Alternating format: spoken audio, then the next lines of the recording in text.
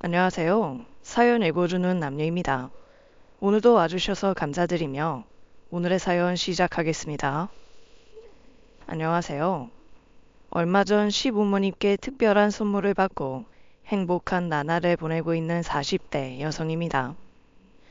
지금까지 새롭게 들어온 젊은 동서 때문에 많은 우여곡절이 있었고 그로 인한 마음고생도 심했지만 살다 보니 덕은 내가 베푼 만큼 돌아오고 욕심은 말과 행동에서 드러나 결국 화가 되더라고요. 그간의 고생이 무색해질 만큼 마음이 가뿐하고 매일매일이 즐겁습니다. 저는 성인이 되자마자 고아가 되었습니다. 어떻게 부모님과 동생이 한날 한시에 그렇게 될 수가 있나 믿기지도 않았어요. 남들은 평생에 겪으려야 겪기도 힘든 비극적인 일이 왜 나한테 일어났나 하늘이 원망스럽기도 하고요. 성인이 되었지만 고작 막 미성년자를 벗어나 어른의 길목에 들어선 시기였거든요. 앞으로 혼자서 어떻게 살아야 하나 그저 막막해서 가족을 따라가고 싶은 마음만 가득했던 때였죠. 친가 외가 친척이 있긴 했지만 어느 하나 의지할 만한 어른은 없었어요. 오히려 제가 미성년자가 아니다 보니 다들 불필요한 죄책감이나 의무감을 가질 필요가 없어 다행이다 했겠지요. 그 와중에도 자기 힘든 사정을 토로하며 가족의 사망보험금을 탐내는 친척도 있어 더 꽁꽁 숨고 싶어지더라고요. 그때 제 손을 덥석 잡아준 사람이 다름 아닌 바로 옆집 이웃이었습니다. 승희야, 외삼촌이 지금 좀 많이 힘들다. 얼굴 보면서 이야기하자. 사정이 급해서 그래. 어젯밤에 누나가 꿈에 나와서 너한테 좀 부탁해보라고 하더라. 엄마 마지막 부탁이야 하고 좀 도와주라. 그래도 산 사람은 살아야지. 가시라고요. 할 말 없어요. 제발 좀 가세요. 외삼촌은 무슨 외삼촌이요. 외삼촌 사업 때문에 우리 부모님한테 빌려간 돈도 안 갚은 거 알거든요. 저기요. 그쪽 승희 외삼촌 맞죠? 승희 엄마한테 많이 전해들었어요. 그동안 그쪽 때문에 승희 엄마가 승희 몫으로 들어둔 적금 통장도 여러 번 깨고 한 번도 받은 돈이 없어서 결국 연을 끊고 살았다던데. 지금 뻔뻔하게 무슨 돈까지 건드리는 거예요? 아니, 그쪽이 뭔데 나서요. 승희 성인이고 자기 할 일은 자기가 알아서 판단하고 잘하는 똑부러지는 애지만 승희 엄마 아빠 그리고 동생 목숨값 만약 그 돈이 당신한테 들어가게 된다면 오랜 지인으로 가만히 있지 않을 겁니다. 참. 뭐 가만히 안 있으면. 모든 법적 수단 이용해서 그동안 승희 부모님한테 진 빚 전부 찾아내서 승희 앞으로 받아낼 거고요. 이런 식으로 원치 않은 방문으로 승희 괴롭히면 접근 금지 가처분 신청 낼 수도 있어요. 뭐요? 접근 금지 뭐? 아니, 당신이 뭔데 참견이야. 나 승희 외삼촌이야. 부모 가족 없이 혼자 남은 승희 가족이라고. 가족이라는 말 함부로 쓰지 마시고 우리 조카가 법대 다니거든. 진짜 한번 해볼래? 그리고 어따 대고 반말이야. 부모 가족 다 잃고 혼자 남은 하나밖에 없는 조카를 보고서도 그저 돈만 보여? 착각하지 마. 승희 혼자 아니고 승희 주변에 나 같은 사람들 많아. 그날 행여나 외삼촌이 힘으로 그 단단한 현관문이 열리기라도 할까봐 잠긴 문고리를 꽉 잡고 바들거리고 있던 제게 나타난 그 든든한 사람은 훗날 제 시어머니가 되었습니다. 제가 초등학교 때부터 맞은편 이웃 사촌으로 살았던 두 분은 혼자 남은 저를 살뜰히 보살펴 주었어요. 너무 힘들어 도저히 학교에 다닐 수가 없어서 휴학하고 방 안에만 틀어박혀 있었는데요. 단 하루도 거르지 않고 매일 아침 저녁 끼니를 다 챙겨주셨어요. 봄날이면 꽃놀이, 여름이면 바다, 가을이면 단풍, 그리고 겨울이면 눈 보러 가자고 매일 저를 밖으로 데리고 나갈 핑계를 만드는 사람처럼 저희 집 문을 두드리곤 하셨어요. 그러면 저는 못 이기는 척 현관문을 열 수밖에 없었지요. 그러다 보니 절대 극복할 수 없을 것만 같았던 슬픔도 차차 극복할 수 있었습니다. 가족을 잃은 슬픔에 깊이 잠길 뻔한 저를 애써 붙들고 버텨주신 덕분에 저는 지금까지 살 수 있었어요.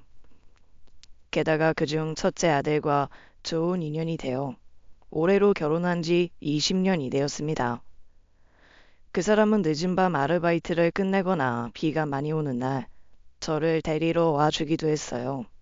가족의 기일을 말하지도 않았는데 그날은 매년 시간을 비워 함께 납골당에도 가주었죠.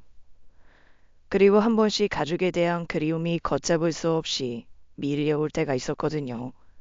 그럴 때마다 엉엉 소름을 쏟아내는 제 어깨를 말없이 몇 시간이고 토닥이고 안아주면서 큰 힘이 되어주던 사람이에요. 그렇게 살뜰한 보살핌을 받다 가족으로서의 애정인지 이성으로서의 애정인지 헷갈릴 즈음 제가 졸업을 했습니다. 그리고 그날 오빠는 기다렸다는 듯이 제게 프로포즈를 했지요. 사귀자는 것도 아니고 바로 결혼하자고 말이에요. 물론 저는 거절을 했었습니다. 워낙 사려 깊고 마음씨가 착한 사람이라 제 상황 때문에 동정심이 앞서 그런 거라고 생각했으니까요. 그리고 무엇보다도 저를 가족처럼 보살펴준 그 두 분께 너무 죄송해서 그럴 수가 없었습니다. 이웃 사촌으로 시작된 그 인연을 소중히 여기며 혼자 남은 저를 가족처럼 돌봐주셨는데 그 집 아들이랑 결혼이라뇨. 어쩐지 큰 죄를 짓는 것만 같았어요.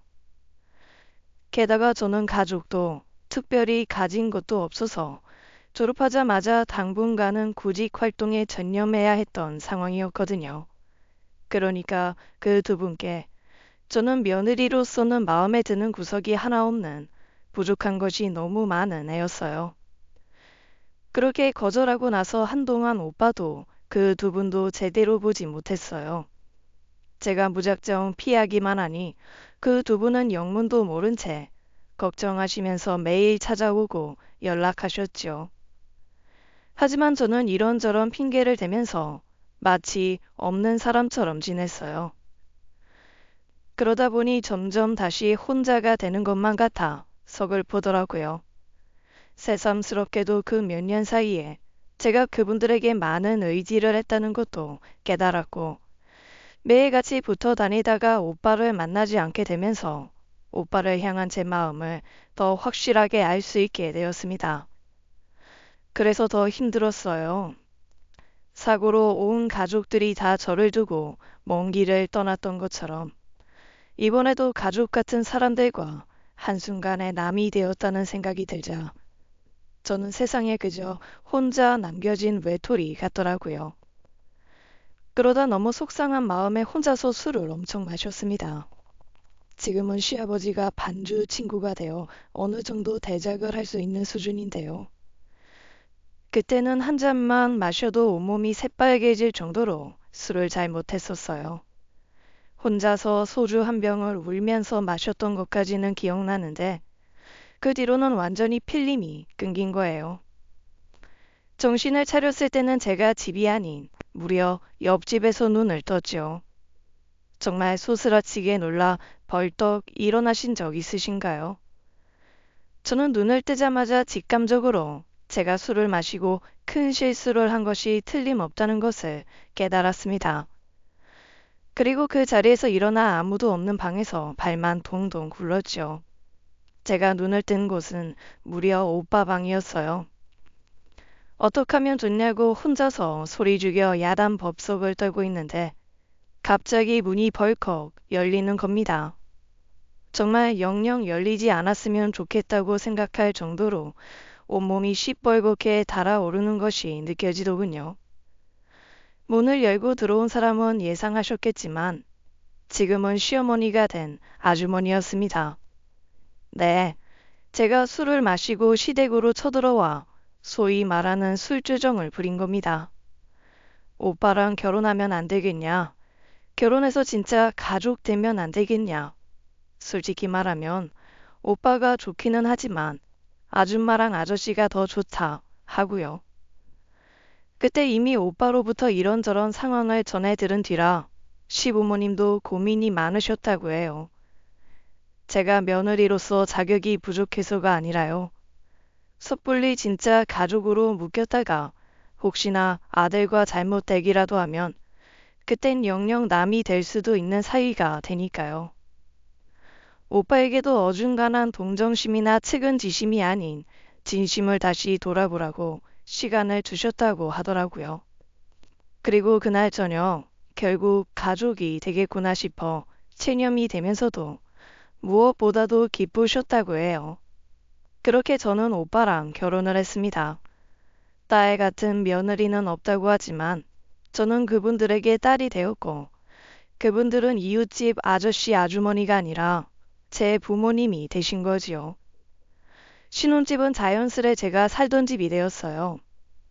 결혼한 지 20년이 되었는데 아직도 매일 아침을 시부모님과 함께 하고 있다면 믿어지시나요? 사실상 합가나 다름없는 생활을 오랫동안 하고 있지만 한 번도 그것에 대한 불만이나 불편함은 없었습니다. 친정집에 드나든다고 해서 불편함이 없듯이 말이에요. 남편 밑으로는 동생이 하나 있는데 남편과 터울이 많이 나는 늦둥이에요. 제가 결혼할 때까지도 중학생이었으니 자연히 결혼도 저희에 비해서 늦었죠. 연애는 하는지 통 여자친구를 보여주지 않던 시동생이 처음으로 결혼할 여자를 데리고 온 것이 2년 전이었어요. 시동생도 어린데 결혼할 여자도 연하다 보니 저랑은 상당한 나이 차이가 나더라고요. 꽃집을 운영하는 동서를 친구에게 소개받은 후 1년 정도 연애를 했다고 들었습니다. 시동생이 저나 남편에 비해 어린 것이지 시부모님 입장에선 이미 혼기가 넘은 터라 은근 걱정이 많으셨어요. 그래서 더 늦어지면 어쩌나 싶을 때 데리고 온 여자라서 다들 반기는 분위기였어요. 게다가 얼굴이 조망만하고 무척 예뻐서 저래서 결혼한다고 했구나 했지요. 그 애기가 언제 커서 저렇게 예쁜 여자친구를 다 데려왔나 싶어 기특하기만 하더라고요.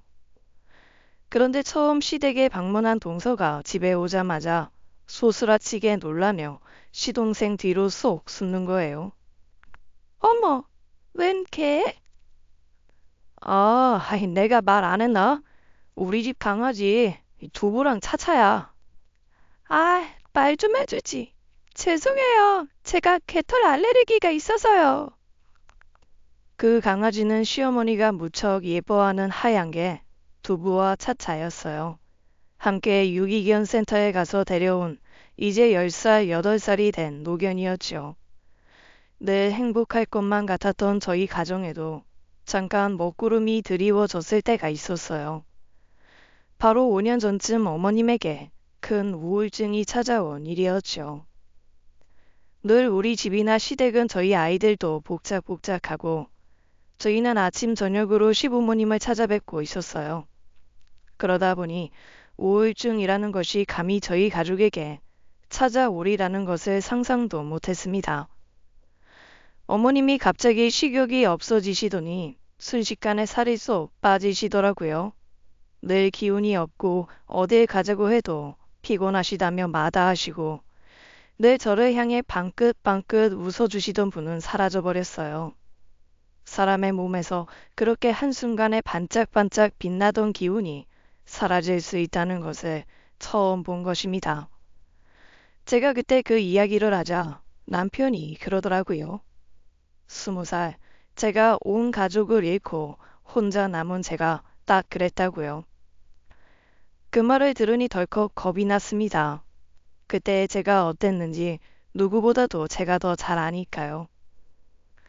큰 병이 있나 싶어서 건강검진도 했지만 몸에는 문제가 없었고 여러 가지 검사 끝에 우울증 진단을 받았습니다. 저는 가만히 있을 수가 없었습니다. 제가 세상에 등지고 아무도 없는 곳으로 가고 싶다고 생각했을 때 제게 선뜻 손을 내밀었던 분이 시어머니셨어요. 늘 마음을 다했다고 생각은 했지만 그때야말로 제가 온 힘을 다해 시어머님을 돌봐야 한다는 생각이 들었죠. 저는 평소보다 1시간을 더 빨리 일어나 시댁으로 가서 아침을 차렸어요. 시어머니는 애써 챙겨주시니 식탁에 앉기는 하셔도 먹는 둥 마는 둥 하셨죠. 함께 드라마를 봐도 어머님은 마치 딴 생각에 잠긴 것처럼 집중하지 못하시고요. 그래도 저는 포기하지 않고 귀찮으리만큼 옆에서 조잘거렸습니다. 어느 정도였냐면 딱 사춘기에 접어든 제 딸이 엄마 너무 무심하다고 사춘기 딸은 보이지도 않냐고 운 적도 있었어요. 그럴 딸을 앉혀두고 사과하며 제가 왜 그렇게 시부모님의 건강에 예민한지 이야기해 주었죠. 외할아버지와 외할머니 그리고 이모가 사고로 돌아가셨다는 것만 들었지 딸은 자세한 것은 알지 못했어요. 20살에 온 가족을 잃고 혼자 남은 엄마를 따뜻하게 안아준 할머니와 할아버지 이야기를 듣고 눈물을 흘리더라고요. 딸은 괜히 엄마랑 할머니 힘든데 투정 부려서 미안하다면서 초등학생이었던 아들 케어를 도맡아 하더라고요. 학원 숙제도 봐주고 준비물도 챙겨주면서요. 그렇게 온 가족의 정성스러운 케어에 차츰 나아지시는 모습을 보이셨어요. 그리고 우연히 텔레비전에서 하던 유기견 센터에 관한 방송을 보시고 그날 밤 잠을 못 주무셨다고 해요. 버림을 받고 그저 죽음을 기다리는 개들이 눈에 밟혀서요. 다음 날 시어머니께선 텔레비전 속에 나온 유기견 센터에 가보고 싶다고 부탁하더라고요. 저는 깜짝 놀랐어요. 저를 비롯한 가족에게 뭘 해달라는 요구 한 번 한 적이 없었던 분이거든요. 안 갈 수가 없죠. 그날로 남편은 휴가를 냈고 온 가족이 경기도에 있는 유기견 센터까지 갔습니다. 마음 같아선 모든 개를 다 데리고 오고 싶었지만 안락사 시일이 가장 빠른 개 둘을 가족으로 맞이하게 되었습니다. 한 마리만 데리고 가자고 시아버님이 조심스러운 제안을 하셨지만 어머님은 2마리를 고집하셨어요. 8살이 된 차차까지 데리고 온 이유는 강아지 우울증에 걸렸다는 이야기 때문이었어요. 두부도 차차도 모두 잘 케어가 된 개였는데 나이에 비해 특별한 병이 있는 것도 아닌데 길에서 발견되었다 하더라고요. 2마리 다 특별한 이유도 없이 갑자기 한순간에 가족을 잃은 것이었습니다. 특히 차차가 유기견 센터로 온 뒤 우울증 증상의 밥도 거의 못 먹는다고 하더군요. 그 이야기를 듣고 그냥 올 수가 있었을까요? 그렇게 두부와 차차는 우리 가족이 되었습니다. 갑자기 집에 새 식구가 둘이나 생기니 분위기가 달라진 것은 말할 것도 없고요. 본인이 직접 케어해야 하는 존재가 생기자 시어머니는 빠르게 생기를 되찾았습니다. 그대로 저희 집의 생활도 조금씩 달라졌습니다. 저희의 일과에 두부와 차차 산책이 더해졌고 야외 나들이를 갈 때는 늘 애견 반입 가는 카페를 찾았죠. 또한 한 번도 가보지 않았던 애견 운동장, 애견 카페 같은 곳을 가보게 됐다는 것 정도일까요? 뭐가 어찌됐던 시어머니는 그 뒤로 몰라보게 활력을 찾으셨어요. 5년이 지난 지금 온 가족이 그때만 생각하면 아찔했다는 이야기를 농담처럼 할 수 있을 만큼 나아졌지요. 그렇기에 두부와 차차가 저희 가족에게, 특히 시어머니에게 특별한 존재라는 것은 두말하면 입 아픈 사실이었어요. 그런데 갑자기 둘째 며느리가 될 동서가 개털 알레르기가 있다고 하니 시부모님이 놀라실 만도 했죠. 각각 두부와 차차를 안고 방에 들어가셨고 그렇게 개를 분리한 채 거실에서 만났어요. 동서는 여기저기 개털이 보인다는 둥, 벌써 옷에 개털이 붙었다는 둥 불평이 심했어요. 그 밖에도 몸이 가려운 것 같다, 숨이 안 쉬어진다, 듣자 하니 얼마나 듣는 사람을 무안하고 불편하게 하던지요. 그 문제 때문에 알게 모르게 서로 기분이 상해 있는 상황에서 동서가 먼저 이야기를 꺼냈습니다. 혹시 저희 집 할 때 얼마나 도와주실 수 있으세요? 야, 여기서 갑자기 그런 말을 왜 해? 내가 알아서 한댔잖아. 가만히 있어봐. 이런 건 딱딱 짚고 넘어가야 하는 거야. 저희 집에서는 3천 정도 해주실 수 있다고 하시고, 저랑 전민 씨 모은 돈 합쳐도 집값이 워낙 높다 보니 저희도 매매는 힘들 것 같더라고요. 그래도 아들 결혼하는데 아버님께서 한 5억 정도만 도와주시면 전셋집이라도 어떻게 될 것 같은데요. 5억? 무슨 말이야? 너 미쳤어? 아봐, 아니야. 요즘 집값이 얼만데. 그럼 도움 하나도 안 받고 어떻게 결혼을 하고 결혼 생활을 시작할 건데? 야, 그래도 5억은 아니지. 우리 집에 그런 돈 없어. 요즘 애들이라 다른 건지, 그냥 동서가 대바라진 건지 모르겠지만, 정말 깜짝 놀라 할 말을 잃었습니다. 어떻게 어른들 앞에서 저렇게 당돌하게 돈 이야기를 꺼낼 수 있을까 싶어서요. 저희 시댁이요. 정말 평범합니다. 공기업에 근무하신 시아버님은 정년 퇴직하신 지 오래고, 시어머님은 평생 집에서 살림만 하셨어요. 정확한 재산은 저도 모르지만 그래도 알뜰살뜰 낭비하는 거 없이 잘 모으셨어요. 노후 자금을 제외하고 아들 둘 장가 보낼 때 조금이나마 챙겨주시려고 모아두신 정도가 있다는 건 압니다. 저희 결혼할 때도 5천을 주려고 하셨는데 제가 집을 가지고 있다 보니 큰 돈이 필요 없어 받지 않았어요. 게다가 저는 이미 받은 게 많아 더욱더 그 돈을 받을 수가 없었죠. 그래도 한사코 주시려는 거 훗날 우리 시연이 재원이 대학 가거든 그때 좀 힘써 주시라 애교로 넘어갔습니다. 그래서 아마 시동생 결혼할 때도 저희와 비슷한 금액을 생각하셨을 거예요. 그런데 대뜸 그 큰 돈을 달라고 하니 당혹스러울 수밖에요. 1억도 당혹스러울 판에 5억이라뇨. 아버님은 일단 생각해 보시겠다고 하셨는데 그 뒤로 굉장히 고민을 많이 하시더라고요. 안 그래도 날이 더워 입맛도 없으실 텐데 끼니도 걸으시고 시댁에 가면 말소리보다 한숨 소리가 더 많았어요. 갑자기 집안 분위기가 그렇게 되니 많이 속상하더라고요. 그러다 문득 그 집이 뭐라고 어차피 내 가족 될 사람이니 남편과 상의 끝에 시부모님을 찾아갔습니다. 아버님, 어머님, 드릴 말씀이 있어요. 응? 무슨 일이냐? 요즘 아버님, 어머님, 정민이 집 문제로 많이 힘드신 거 알아요. 미안하구나. 괜히 너희까지 신경 쓰게 만들고 이 마음 같아선 그냥 집어치우라고 하고 싶은데 아이 정민이 그게 결혼한다고 여자를 데리고 온 것도 처음이고 나이도 나이다 보니 이 지금 아니면 또 얼마나 늦어질까 싶어서 마음이 급해서 그런다. 저도 두 분 마음 충분히 이해해요. 정민이 저한텐 그냥 시동생 아니고 친동생이에요. 그래서 저희도 정말 충분히 산의하고 결정해서 말씀드리는데요. 무슨 일 있니? 지금 두 분 사시는 이 집 하시고 저희랑 같이 사시는 건 어때요? 아니 뭐, 왜 그게 무슨 말이야? 안 된다. 워낙 오래된 집이긴 해도 팔면 정민이 서울에서 전셋집 얻는 데 도움 될 거예요. 그리고 우리 시연이 내년에 대학 가면 방도 남아요. 저희가 안방 드릴 테니까 저희 집에 와서 같이 살아요.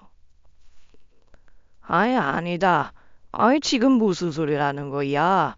못 간다 나는. 이 차라리 집을 팔아 원룸에 들어가 살면 살았지.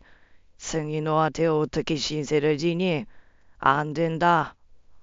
어떻게 그런 말씀을 하세요? 그렇게 말씀하시면 제가 더 서운해요.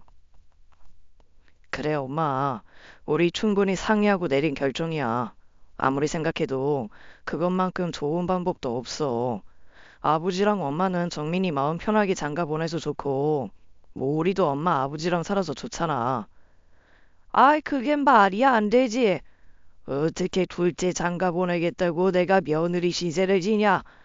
안 그래도 너네 결혼할 때 한사코 안 받겠다 마다해서 준 것도 없는데 내가 무슨 면목으로 그렇게 해?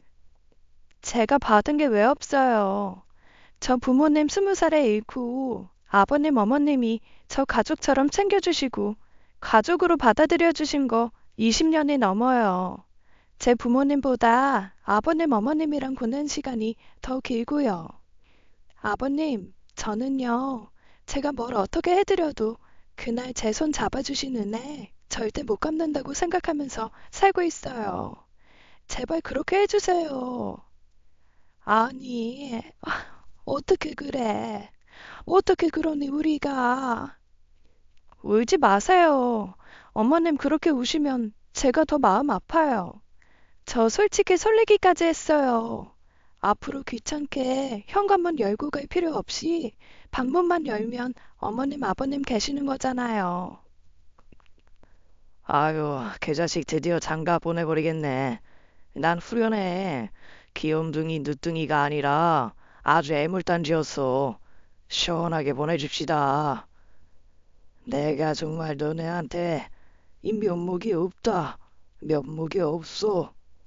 고맙다. 고마워.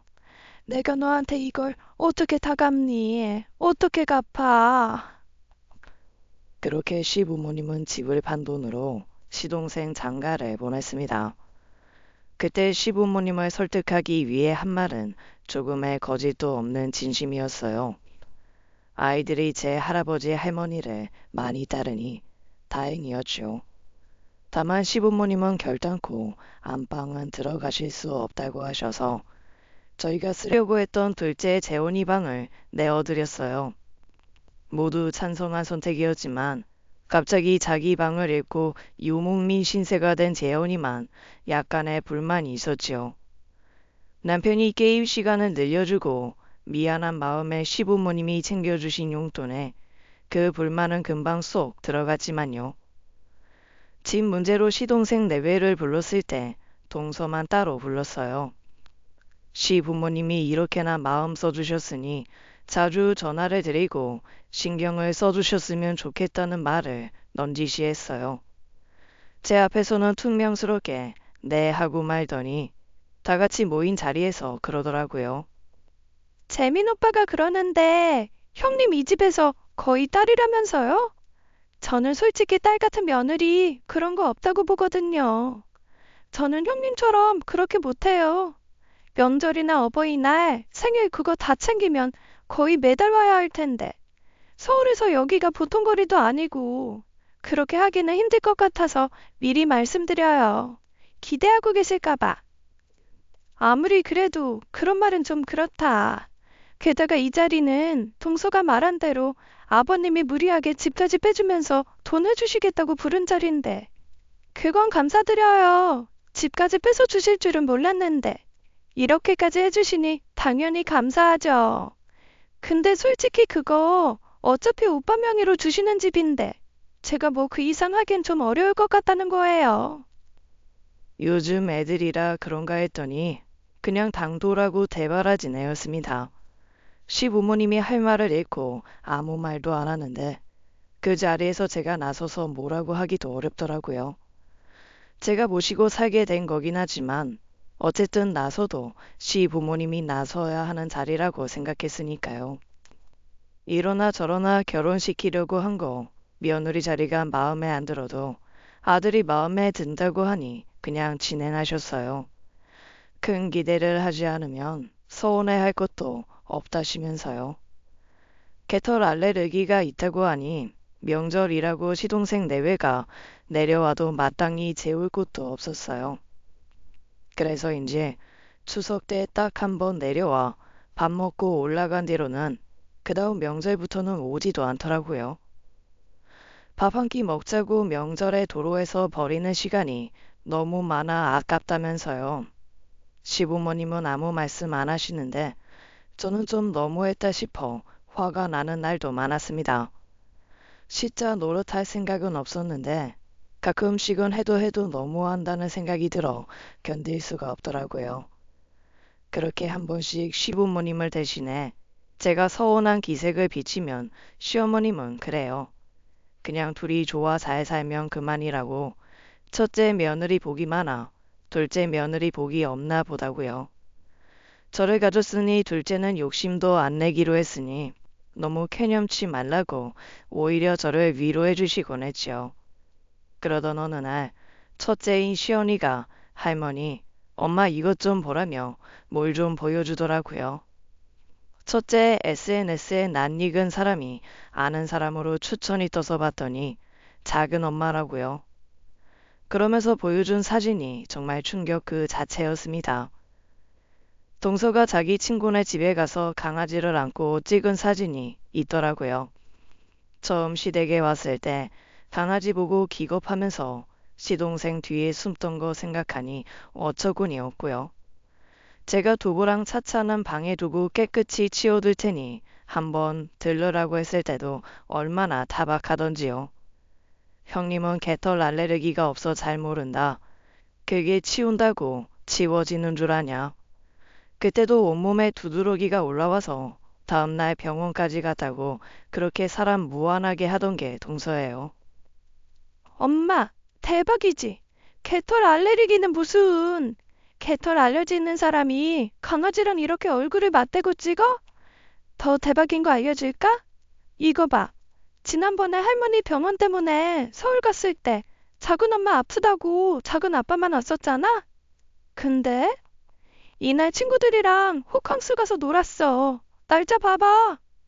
호캉스? 거기가 어디냐? 아, 할머니.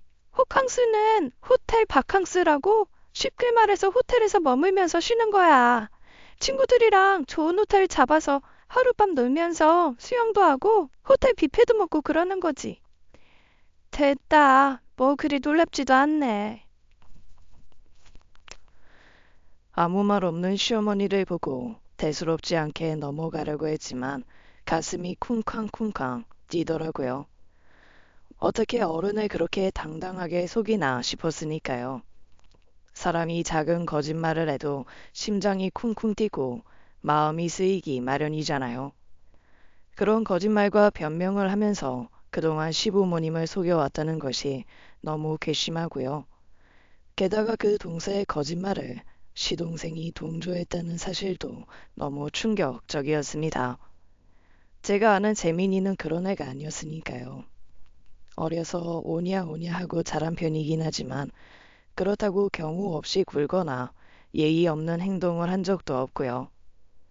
남편이 시동생이라도 불러다 한 소리 하려고 했는데 두 분이 그냥 두라고 하셔서 모른 척하고 넘어갔습니다. 그러던 어느 날 정말 말도 안 되는 큰일이 생겼습니다. 후식으로 먹을 딸기를 씻고 있는데 거실에 앉아 TV를 보시던 시아버지가 갑자기 괴성을 지르는 것이 아니겠어요? 왜? 아, 아버지 왜 그래? 아버님, 왜 그러세요? 됐다. 됐어. 뭐가 됐다는 거예요? 갑작스러운 난리통에 놀라 수도꼭지를 잠근 것도 잊은 채 거실로 뛰어나갔지요. 근데 시아버지가 왼 쪽지를 들고 텔레비전을 보더니 바들바들 떨고 있는 겁니다. 무슨 일이라도 났나 싶어 가슴이 철렁 내려앉았는데 알고 보니 시아버지가 들고 있는 것이 무려 로또였어요. 네, 1등에 당첨된 겁니다. 그 사실을 알고 순간 거실에 수초 동안 정적이 흘렀어요. 머리가 안 돌아갈 정도로 굉장히 놀란 거지요. 그리고 그 뒤는 뭐 난리가 났습니다. 아래층 생각도 못하고 모두 그 자리에서 방방 뛰면서 서로 얼싸안고 어찌나 기뻐했는지요. 그렇게 한창 얼싸안고 기쁨을 나누고 있는데 갑자기 시아버지가 주저앉아 흐느껴 우시는 거예요. 순간 찬물을 끼얹은 듯 두 번째 정적이 찾아왔죠. 시아버님은 그렇게 우시는 건 저도 심지어 남편도 시어머니도 처음 보는 모습이었어요. 왜 그렇게 우시냐 했더니 그동안 저희한테 말도 못하고 마음고생을 심하게 하셨나 보더라고요. 내가 이 늦은 나이에 이 자식한테 도움은 안 돼도 패는 안 돼야 하는데 내가 너한테 짐만 되는 것 같아 마음이 좀 쓰였겠냐. 제일 고생하는 게 우리 며느리인데 이 너한테 남겨줄 것도 없고 그렇다고 나이도 많고 몸도 안 따라주니 일을 할 수도 없으니 내가 할 수 있는 게 이거 지푸라기 잡는 것밖에 없더라. 아버님, 왜 그런 생각을? 이제 됐다. 이제 됐어. 이제 여한이 없다 나는. 너한테 다 주마. 나 이 돈 필요가 없다. 그날 아버님은 정말 목 놓아 아이처럼 우셨습니다. 제가 무슨 고생을 한다고, 제가 하는 게 뭐가 그렇게 대단하다고, 이른이 넘은 노인이 그 마음의 짐을 가지고 그동안 얼마나 고생했으면 체면도 뭣도 없이 저렇게 엉엉 울 수 있는지, 제가 너무 무리하게 두 분을 모시려 한 건 아닌지 죄송스럽기까지 해서 그날 눈물바다가 됐었죠. 로또는 세금을 제외하고 14억이나 되는 굉장히 큰 돈이었습니다. 로또 용지째로 저를 주시려는 것을 저는 감히 받을 수 없었고 욕심도 없었습니다. 그저 시아버님이 그동안 홀로 지고 있던 마음의 짐을 내려놓을 수 있게 됐다는 것만으로도 너무 기뻤어요. 하지만 아버님은 뭐라도 해주고 싶다고 고집하셔서 오랜만에 온 가족이 백화점 나들이를 갔었죠. 생전 구경할 일도 없는 비싸고 좋은 옷 한 벌씩 얻어 입고 근사한 레스토랑에 가서 저녁도 먹었어요. 그리고도 시연이 남은 학비와 나중에 재원이 대학 가거든 그 학비까지도 책임져 주마 하시더라고요. 제가 더 바랄 것이 있었을까요? 같은 아파트에 다시 집을 얻어 나가시겠다는 거 간신히 붙잡아 전 그러시면 큰 집으로 옮겨서 같이 가자고 했어요. 제 집을 내놓고 보태겠다고 하니 그것도 마다하시고 그래도 부모님이 남기신 집이니 전세로라도 가지고 있으라고요. 결국 못 이기는 척 그렇게 하기로 하고 저희 식구가 모두 넉넉히 지낼 수 있는 집을 알아보고 다녔죠. 유일하게 마음에 걸렸던 거라면 첫째가 지낼 방이 없어 방학이 되어도 오래 머물다 가지 못한 거였거든요. 그 점이 해결된다고 하니 저도 더없이 기뻤고요. 일부러 말할 생각은 없는데 시동생이 시부모님이 다시 집을 보러 다닌다는 것을 알게 되었어요. 그러면서 자연히 시동생네도 시아버지의 로또 당첨 소식도 알게 되었죠. 설마 콩고물을 바라려나 했는데 아니나 다를까 그 투명하고 뻔한 마음을 드러내더라고요. 지난 설에도 전화 한 통으로 퉁 쳐놓고는 벼랑간 찾아온 겁니다. 네가 웬일이냐? 어머님, 지난 설에도 못 찾아뵙고 해서 왔어요. 명절엔 차가 너무 막히잖아요. 들어오려고? 안 된다. 사방이 개털이야. 아유, 괜찮아요. 저희 안 먹고 왔어요. 그 옆에서 어색하게 웃는 시동생 얼굴을 보니 무슨 속내로 온 것인지 빤했죠. 전 결혼 후 너무 낯설어져 버린 시동생 얼굴을 보니 화도 나고 속상하기도 했습니다. 약을 먹고 왔다는 동서는 전에 없이 두부를 들어 보이면서 아주 예뻐 죽더라고요. 어머, 너는 왜 자꾸 예뻐? 어머니, 몇 살이라고 했죠? 아직도 너무 애기 같아요. 너무 들고 그렇게 흔들지 말아라. 슬개골이 안 좋으니. 그래요? 미안해. 아팠지? 얘는 치치? 차차. 차차. 차차야, 너는 또 눈이 왜 이렇게 예쁘니? 정말 두 눈 뜨고 보기 어렵더라고요. 그래도 손님이라고 뭐라도 제대로 내야 할 것 같아서 허둥지둥하는데 시어머니가 아무것도 하지 말라고 하더라고요. 밖에서 사다 먹이고 보내자고요. 그래도 오랜만에 시동생 왔는데 시어머니가 해놓으신 반찬 먹여 보내야 하지 않을까요? 하니 시어머니는 먹을 자격도 없는 놈이라고 하시더라고요. 내심 많이 섭섭하셨던 겁니다. 동서는 그렇다 치더라도 시동생까지도 그렇게 난데없이 내외하는 사람처럼 굴면서 시부모님과 거리를 뒀으니까요.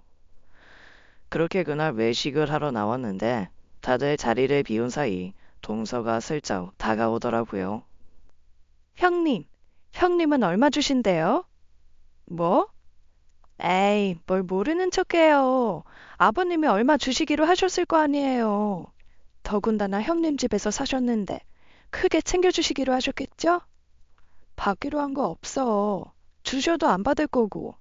그리고 동서, 그런 이야기는 그렇게 대놓고 하는 거 좀 불편하네. 뭐가요?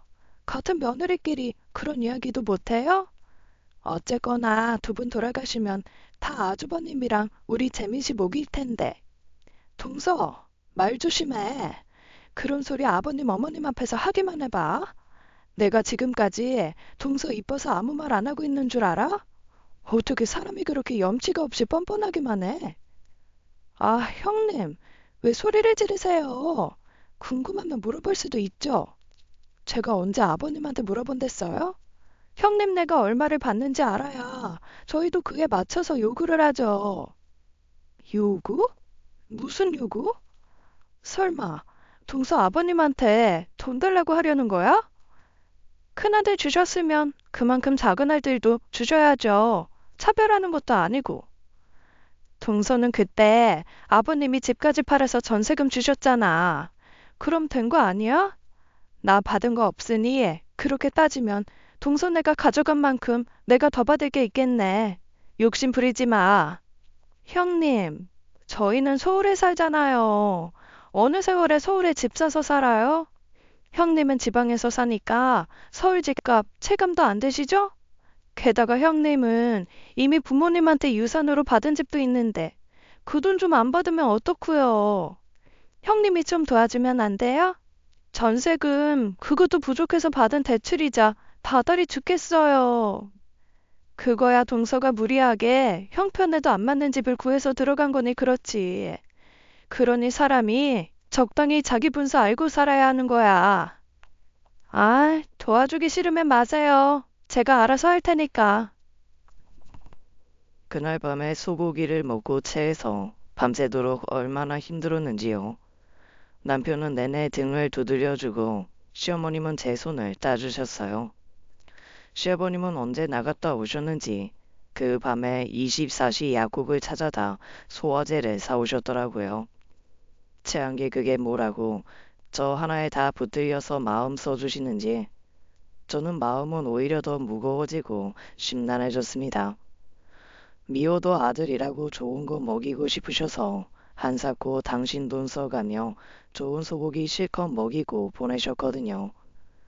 근데 동서하는 걸 보니 앞으로 또 한 번 태풍이 오겠구나 싶었어요. 동서네가 다시 찾아온 것은 2주 뒤였어요. 네가 또 웬일이냐? 어머님, 쭈꾸미가 제철이라 부드럽고 맛있다고 하더라고요. 어머님, 아버님 기력 보충하시라고 좀 사왔어요. 형님, 이거 여기다 두면 돼요?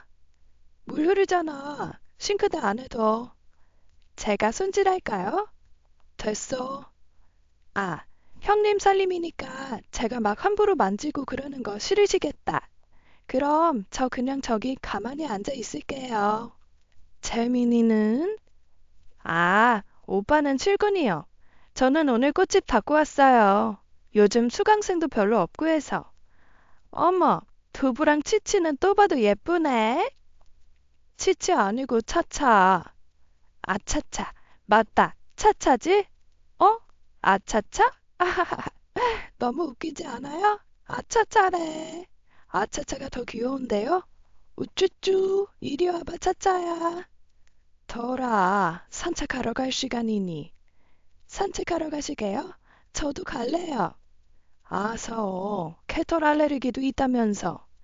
약 먹고 왔죠. 제가 차차 데리고 갈게요.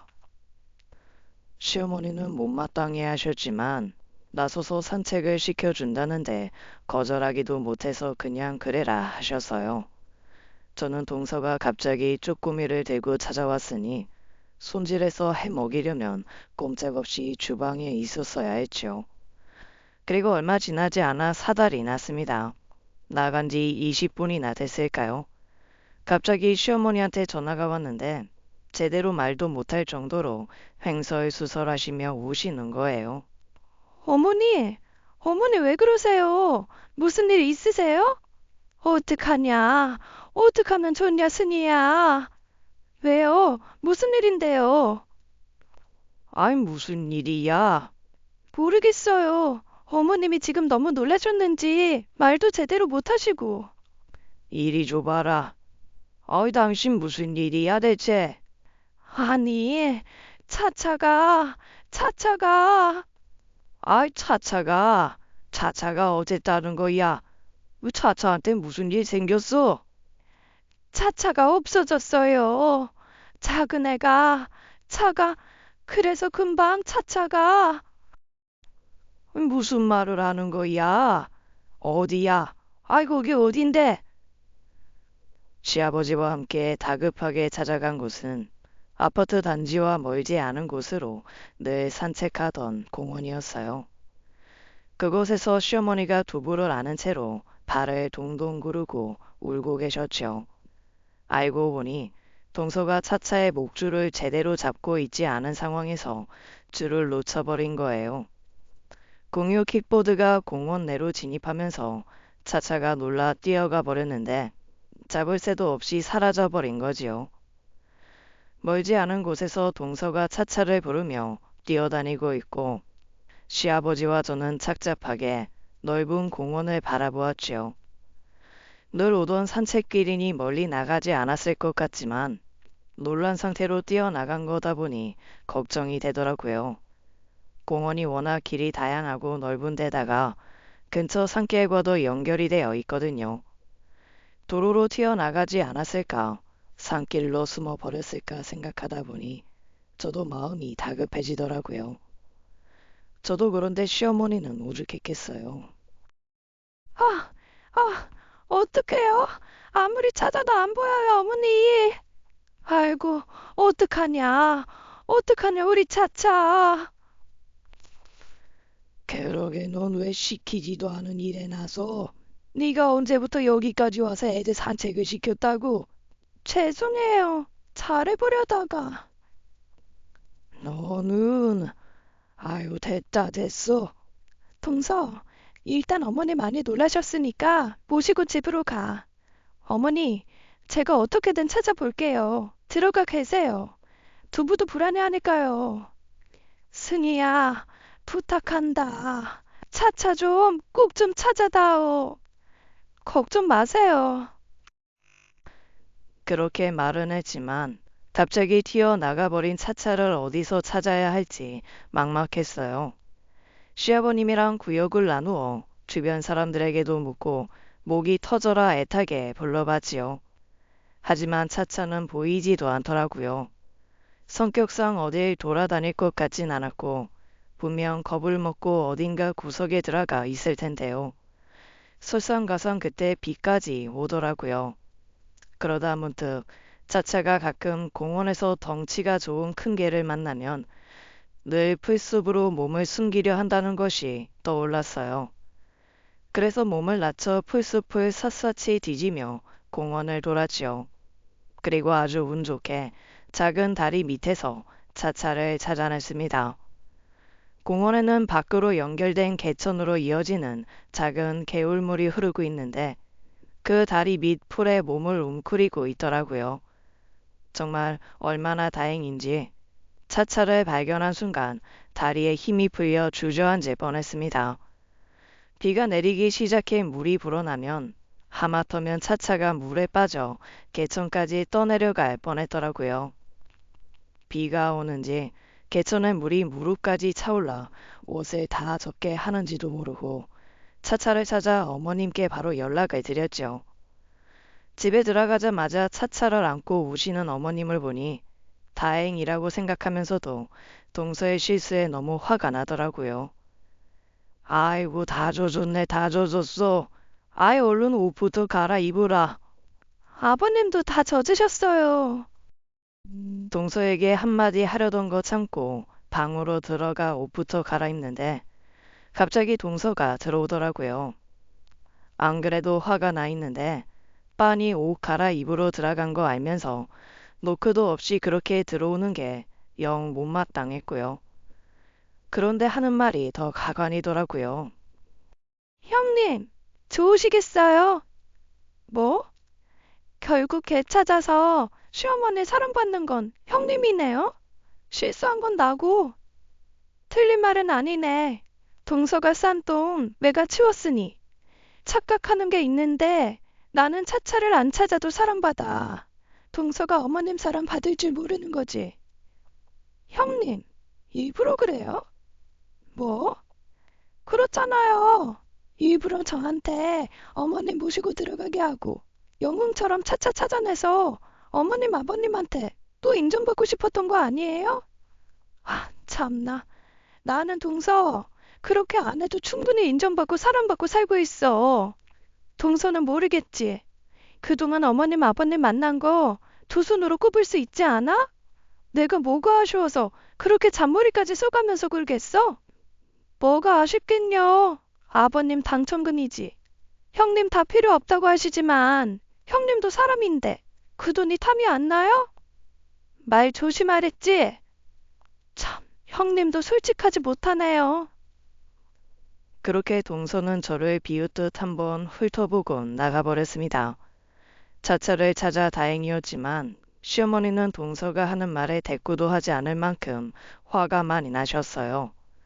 어쨌든 동서가 사온 쭈꾸미를 볶아 상을 냈지만 그 누구도 쭈꾸미에 손을 대지도 않았죠.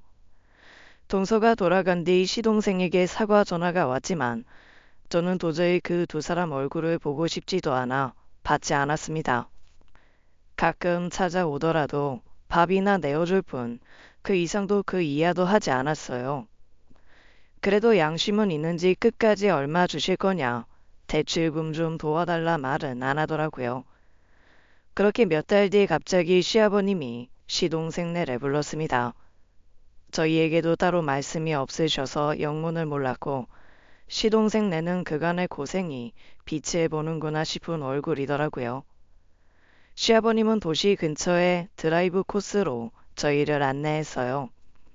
그곳은 벚꽃길 드라이브 코스가 있고 단풍이 절경이라 계절마다 사람들이 많이 찾는 곳이었지요. 마음이 너무 힘들었을 때 두 분이 저를 구덩이에서 꺼내셔서 계절이 가는 것을 느끼게 해준 곳도 바로 그곳이었어요. 저는 드라이브 코스로 유명하다 보니 이름난 카페도 많을 만큼 풍경이 좋은 곳이라 커피 한잔하고 싶으셨나 했어요.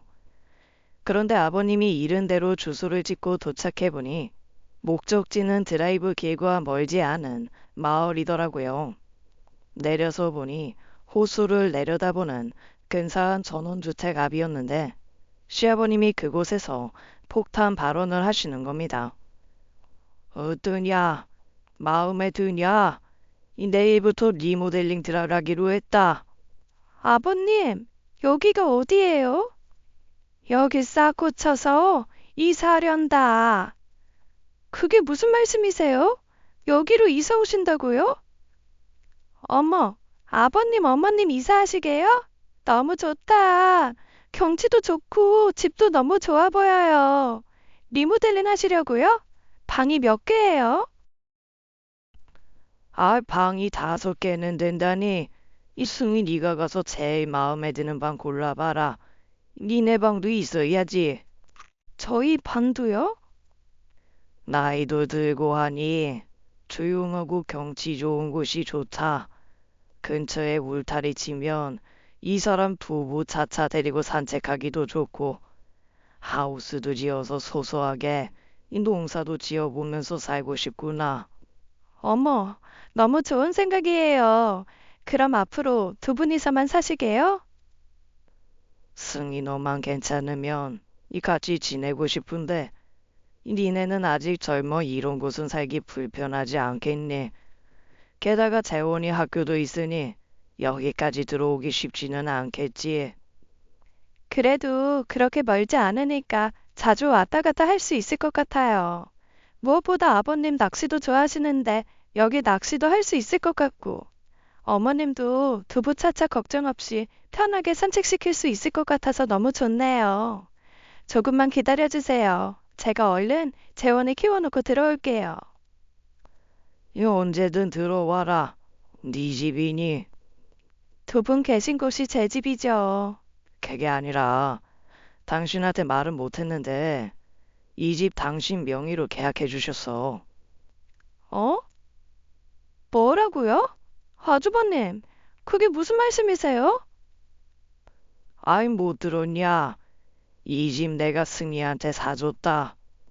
이 큰 땅을 집이랑 다 전부 다요? 그래, 그럴만하지. 내 속이 다 시원하다. 늘 너한테 받기만 한 것 같아 마음이 쓰였는데 이 그래도 첫째 저놈은 철딱서니가 있어서 내 말을 들어 다행이지. 여보, 이게 다 무슨 소리야?